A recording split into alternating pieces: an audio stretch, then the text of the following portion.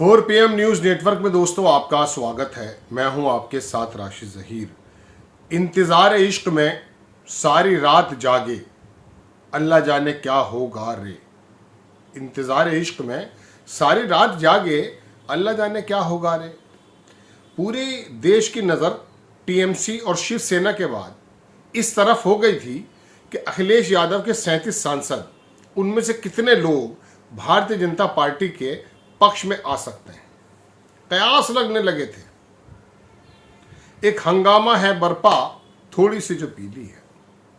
दोस्तों बात यह है, मगर अचानक अमित शाह अखिलेश यादव के कुछ समर्थन में नजर आने लगे। ऐसा कैसे संभव हुआ कि सूरज कहीं और से निकल आया। अमित शाह, बीजेपी और ये तमाम संगठन अखिलेश यादव के पक्ष में नजर आने लगे। पक्ष में कैसे नजर आने लगे? कोई अखबार की खबर तो है नहीं और कुछ समर्थन की बात भी नहीं कही। बात यह है कि जब ऐसे माहौल में टीएमसी को तोड़ा गया और अपने पक्ष में लाया गया, वहां शिवसेना को और तोड़ करके दोबारा तोड़ा गया, उसके लोगों को शिंदे के पक्ष में लाया गया, यानी कि बीजेपी के पक्ष में। परिसीमन, हिंदू राष्ट्र, संशोधन संविधान के अंदर, ये तमाम चीजें चर्चा का विषय रहीं। लेकिन इसके लिए सबसे ज्यादा जरूरी तत्व 362, 240, 244 कुछ भी और मान लीजिए आप, अगर कुछ संख्या कम होती है तो कम पर हो जाएगा, उसका जुटान नहीं हो पा रहा है। अब वो जुटान बिना समाजवादी पार्टी के नहीं हुआ। अमित शाह ने अखिलेश यादव के 37 सांसदों की तरफ एक नजर भरकर भी नहीं देखा। तो दिमाग में सवाल ये उठा दोस्तों, ये अखबार की खबर कोई नहीं है, ये सिर्फ एक विश्लेषण है कि आखिरकार ऐसे मौके पर उत्तर प्रदेश में जब चुनाव आने वाले हैं, योगी आदित्यनाथ को अपनी परीक्षा साबित करनी है। अगर परीक्षा में बैठे तो ऐसे में समाजवादी का विघटन क्यों नहीं हो पा रहा है? सबसे ज्यादा जरूरी तो यहां था, चूंकि चुनावी समर है। उत्तर प्रदेश के अंदर 240 पर टिक गए, प्रधानमंत्री को पूरा बहुमत नहीं मिला। यही उत्तर प्रदेश की वजह तो थी, लेकिन यहाँ के लोगों को छेड़ा नहीं गया। क्या यहाँ के एमपी और सांसद, उनके कोई काले चिट्ठे नहीं हैं अमित शाह के पास, बीजेपी के पास? या उनको ये मालूम है कि इनको अभी छोड़ दो, अभी हम कुछ और काम करने जा रहे हैं? दरअसल योगी आदित्यनाथ के खिलाफ और अपना प्रमोशन, यानी कि मोदी जी के बाद सिर्फ एक ही नाम जहन में रहे और वो है अमित शाह। उप प्रधानमंत्री का खूब जिक्र चला, हालांकि ये भी अखबार में कहीं नहीं है, लेकिन कह रहे थे प्रमोशन हो जाए। मैं आपको बता दूं, मेरा पर्सनल तजुर्बा या पर्सनल मेरी थॉट तो ये है कि अमित शाह से बड़ा नेता भारतीय जनता पार्टी में है ही नहीं। सत्यपाल मलिक का बयान ये था कि जब मैं प्रधानमंत्री से मिलकर के आया और उन्होंने कहा मेरी वजह से मरे किसान, मैंने मारे उनको, ऐसा बयान वो दे रहे थे कि भाई प्रधानमंत्री जी कृषि कानून के मुताबिक संबंध में 600-700 किसान मर गए, मैंने मारे, मेरी वजह से मरे हैं वो लोग। तो ये बदमज़गी जब हुई तो सेकंड जो ट्रिप था सत्यपाल मलिक का, according to his speech, Wire में शायद वो बोले थे फर्स्ट टाइम, उन्होंने अमित शाह से मुलाकात की। उनके जबान में ये था कि इसका दिमाग खराब हो गया है।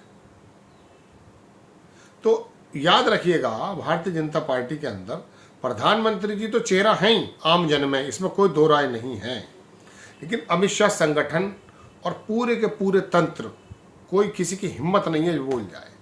तो मेरे नज़र में तो पहले से वो नंबर 1 के नेता हैं। लेकिन चलिए, अगर वो भी बात धूमिल की जा रही है कि मोदी के बाद कौन, तो हो सकता है उप प्रधानमंत्री की बात आ जाए। तो एक तो ये डिप्टी पीएम, अब तो डिप्टी सीएम ही निकलता, पीएम तो निकलता नहीं था, देवीलाल याद आ गए। खैर, तो डिप्टी पीएम बनने की राह, या भविष्य में मोदी जी के बाद सिर्फ एक ही नाम याद रहे आम जनमानस के और भारतीय जनता पार्टी के एक कार्यकर्ता का, कि वो है अमित शाह। ऐसे में वो योगी आदित्यनाथ जो अचानक इन दोनों के बीच में आ गए थे, बातों बातों में, जिक्र में, लोगों की स्वीकार्यता में, उनको बाहर का रास्ता दिखाया जा रहा है और उनको कमजोर किया जा रहा है।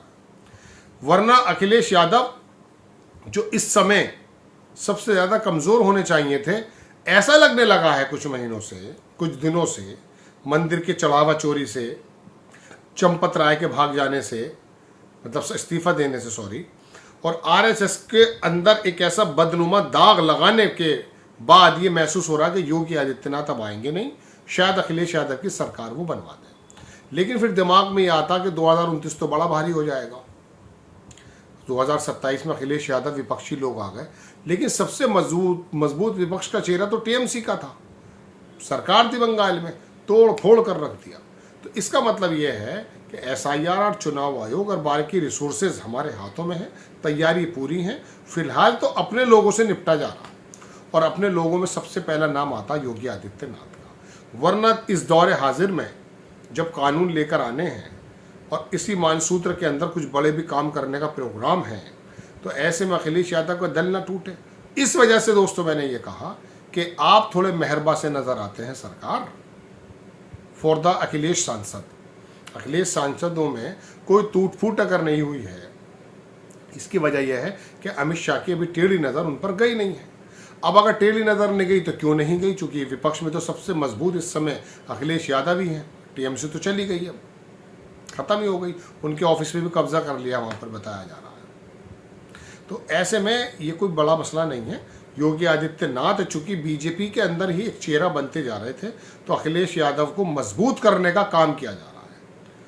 चढ़ावा चोरी की मैं एक स्टोरी बनाऊंगा, आप ध्यान से उसको देखिएगा, हमारे 4 PM जो यूपी का चैनल है, कि एक अचानक ऐसा पत्रकार जिसका नाम नालू राम लगा दिया था, वो एक्चुअली नाले में कूदा हुआ था और दिखा रहा था कि पूरी दिल्ली भरी हुई है। ऐसे में उसके पास एक स्टोरी आई और अखिलेश यादव ने उस स्टोरी को प्लांट रिपोर्टर के मुताबिक ऐसा लोग कह रहे हैं ऐसे लगाया। हालांकि ज़मीन के घोटाले और पहले भी चंदे के अंदर जो मंदिर के निर्माण का मामला, कई सारे स्कीम निकल कर आए। इतना ज़्यादा आपके पटेल पर ये चढ़ावा चोरी का नहीं जितना है उतना उनका नहीं था। तो ऐसे वक्त में ये लंबा एपिसोड क्यों चला दिया गया है? आप ये सोचते हैं कि खबरें अपने आप हो जाती हैं कि आग लग गई। ना ना ना ना ना दोस्तों, खबरें तो ये हैं कि आग कब लगी, क्यों लगी, किसने लगाई, किसको फ़ायदा है, किसको नुकसान है। खबर के पीछे तो हमारा असल काम अब ये हो गया है, विश्लेषक के तौर पर भी। ऐसे में बड़ा अपने आप को बचा के रखना पड़ता है, चूँकि आप अगर बिना डॉट से डॉट नहीं जोड़ेंगे विश्लेषण के एतबार से भी, तो आपके ऊपर इल्ज़ामात आ सकते हैं। तो खबरें ये नहीं है कि आग लगी है, खबर तो यह है कि आग किसने लगाई है, खबर तो यह है कि आग किस समय लगी है, खबर तो यह है कि चुनावी समर में लगी है या चुनाव के पीछे लगी है। तो अखिलेश यादव के 37 सांसदों को अमित शाह की टेढ़ी नज़र का सामना नहीं करना पड़ा है। बिग इवेंट, बड़ी ब्रेकिंग न्यूज़, समझ रहे हैं? तो ये वजह क्या है? वजह यह है कि निशाना तो कोई और है, योगी आदित्यनाथ निशाना है, लेकिन इस बार ये निशाना कुछ और ही है, कुछ और ही हो जाएगा जनाब। जो बाजीगर है ना, खेलते हैं, वो हो सकता है अपने खेल में उलझ जाए। जय हिंद।